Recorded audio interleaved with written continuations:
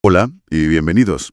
Hoy vamos a analizar a una de las figuras más fascinantes y, la verdad, más contradictorias de la historia. Totalmente. Un hombre que era literalmente el dueño del mundo conocido, pero que pasaba sus noches en una tienda de campaña, en plena guerra, escribiendo notas. Pues para no volverse loco, básicamente. Hablamos de Marco Aurelio. Hablamos de Marco Aurelio, y la fuente que tenemos es su diario personal. Esas notas que nunca pensó que leeríamos y que hoy conocemos como meditaciones. Que, de hecho, ese ni siquiera era el título original. Exacto, ya llegaremos a eso.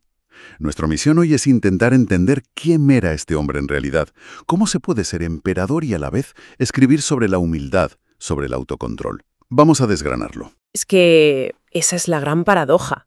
Estamos ante el hombre más poderoso de la Tierra en su momento, al frente de un imperio que estaba en su apogeo. Pero sus escritos no van de poder, ni de conquistas. Para nada. Van de ansiedad, de la pérdida, de cómo ser una buena persona cuando todo a tu alrededor es, un caos. Totalmente. Y para que nos hagamos una idea del percal, vamos a ponernos en situación. Nace en Roma en el año 121 y mueren en el 180. En un campamento militar, en lo que hoy es Viena. Justo. Y sus casi 20 años de gobierno, que muchos llaman el final de la Edad de Oro, no fueron precisamente un paseo. Para nada. Es que su vida está marcada por una tensión brutal. Por un lado, las fuentes dicen que era un tipo tranquilo, estudioso, que habría sido feliz en una biblioteca. Intelectual. Sí, pero la realidad le obliga a ser un general. Se pasa la vida apagando fuegos. Una guerra con los partos en Oriente, una peste devastadora que se llevó por delante a millones de personas, y sobre todo las guerras del Danubio, ¿no? Las interminables campañas contra las tribus germanas. Cuando leemos esas reflexiones tan profundas, tan serenas, hay que imaginárselo. Claro. Escribiéndolas en una tienda helada con el ruido de la guerra de fondo. Eso lo cambia todo, le da otra dimensión, ¿no? Completamente. Cambia la perspectiva. No es filosofía de salón, es filosofía de trinchera. Y si a ese caos exterior le suma su vida personal, la cosa se pone aún más intensa. Es que la lista que mencionan las fuentes es terrible. Se le muere el padre de niño, luego su madre, su abuelo, su hermano adoptivo y coemperador, Lucio Vero. Su mujer, Faustina, y de 13 hijos que tuvieron, ¿cuántos sobrevivieron? Menos de la mitad. Es difícil imaginar cómo alguien puede levantarse por la mañana con ese peso encima y además gobernar un imperio. Y esa es precisamente la razón, supongo, por la que las meditaciones son tan potentes. Claro. No son consejos de alguien que vive en una torre de marfil, son las herramientas de supervivencia de un hombre que está en la trinchera, literal y emocionalmente. Exacto. La muerte para él no es un concepto abstracto, es un vecino con el que convive a diario. Por eso busca en la filosofía no tanto consuelo, sino fortaleza, un ancla. Y esa búsqueda nos lleva al corazón del libro. Porque lo primero que hace en el libro 1 no es lanzar grandes teorías, sino algo muy humano, dar las gracias. Es alucinante.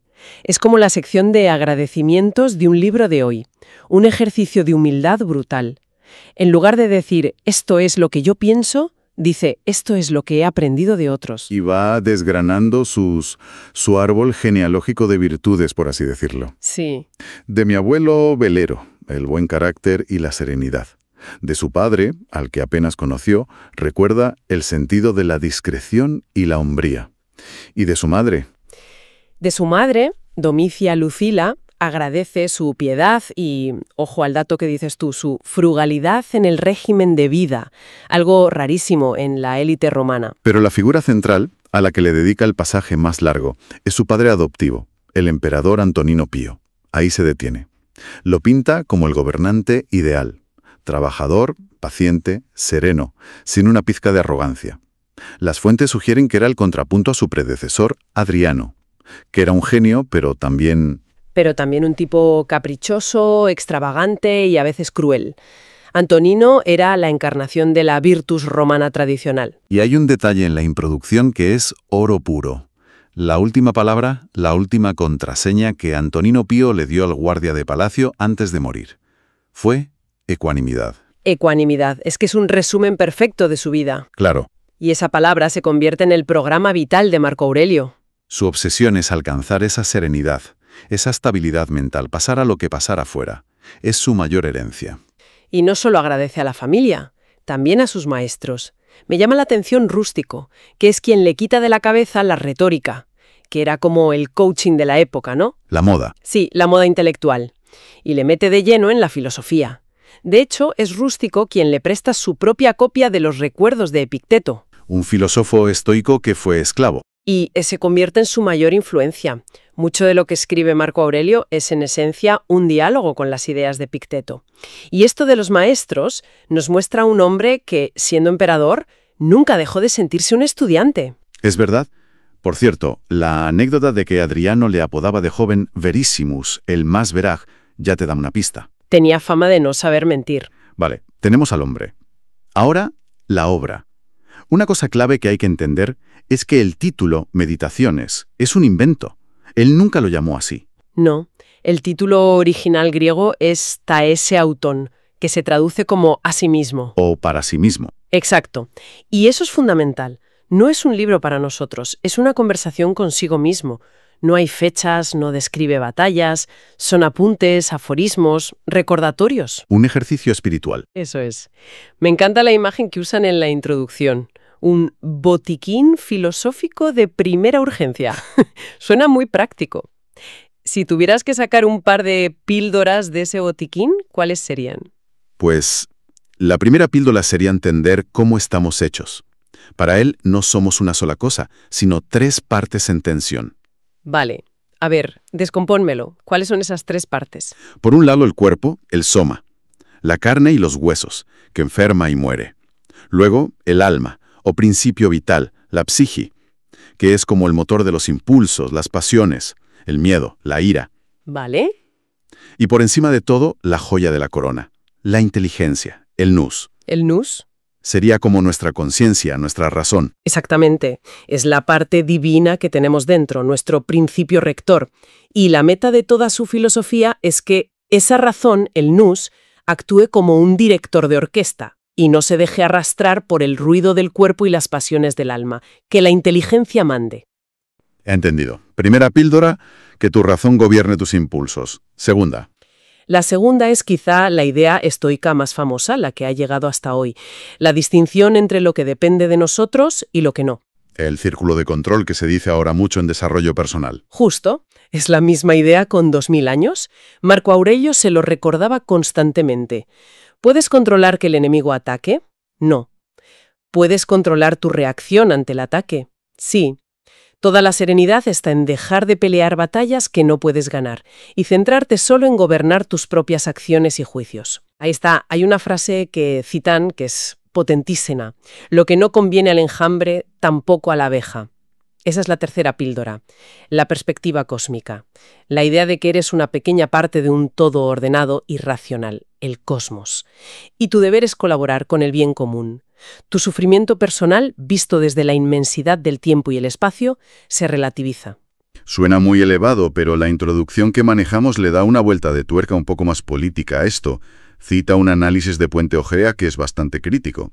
Sí, es una lectura muy interesante. Lo que sugiere es que esta filosofía de la resignación y la aceptación del orden cósmico tenía una función ideológica muy clara. ¿En qué sentido? Permitía al ciudadano romano vivir en una especie de esquizofrenia controlada.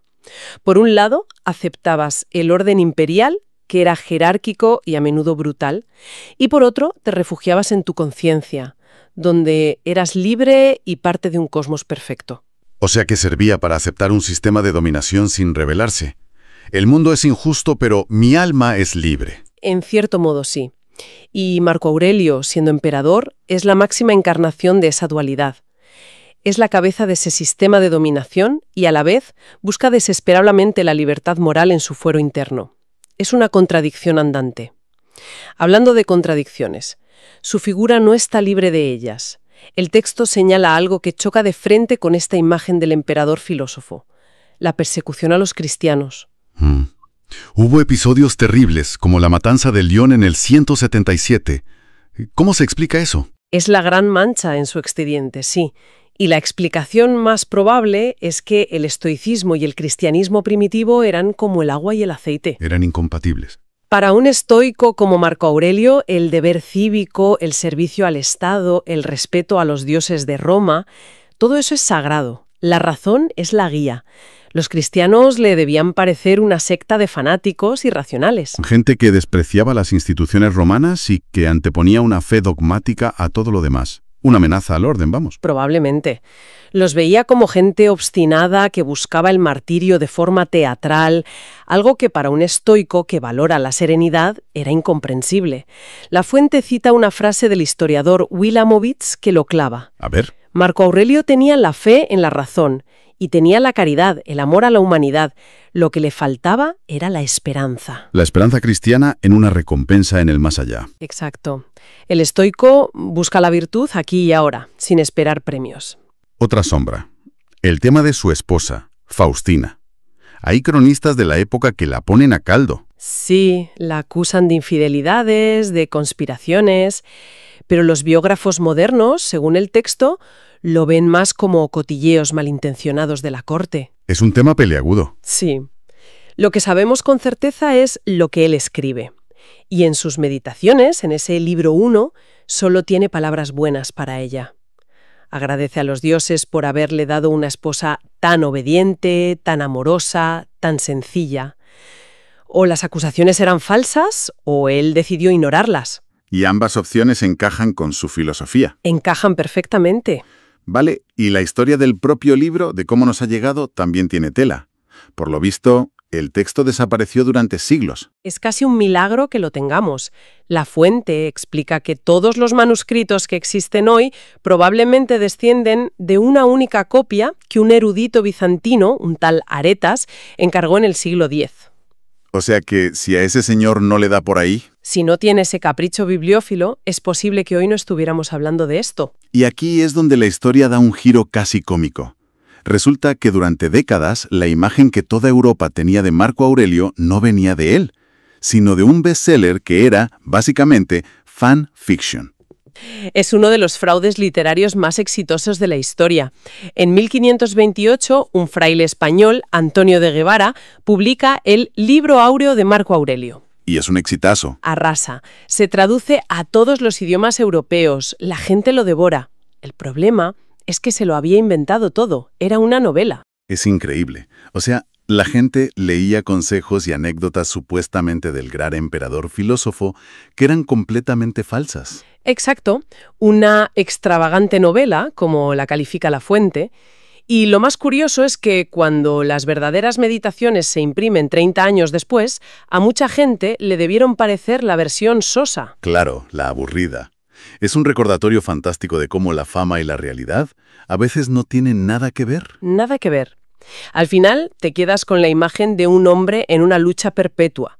El emperador que acumuló títulos militares como Germanicus o Sarmaticus, pero cuya verdadera guerra era interior. Hay una frase suya que lo resume todo. El arte de vivir se acerca más al de la lucha que al de la danza. Esa es una imagen perfecta. La vida no es un baile coreografiado, es un combate de lucha libre. Y el final del libro es coherente con esa idea. Cierra con una metáfora muy potente. La vida es una obra de teatro. Y tú no eliges el guión. Ni cuándo empieza, ni cuándo termina. El director de escena te saca del escenario. Y él dice: «Vete pues con ánimo propicio, porque te aguarda propicio el que ahora te libera». Sin drama, sin quejas. Simplemente se acabó la función. Es una aceptación serena del destino. No es una resignación amarga. Es la paz de quien siente que ha interpretado su papel lo mejor que ha sabido. Misión cumplida. Y al cerrar el libro, la pregunta que se queda flotando y que me parece que hoy es más pertinente que nunca, es esa.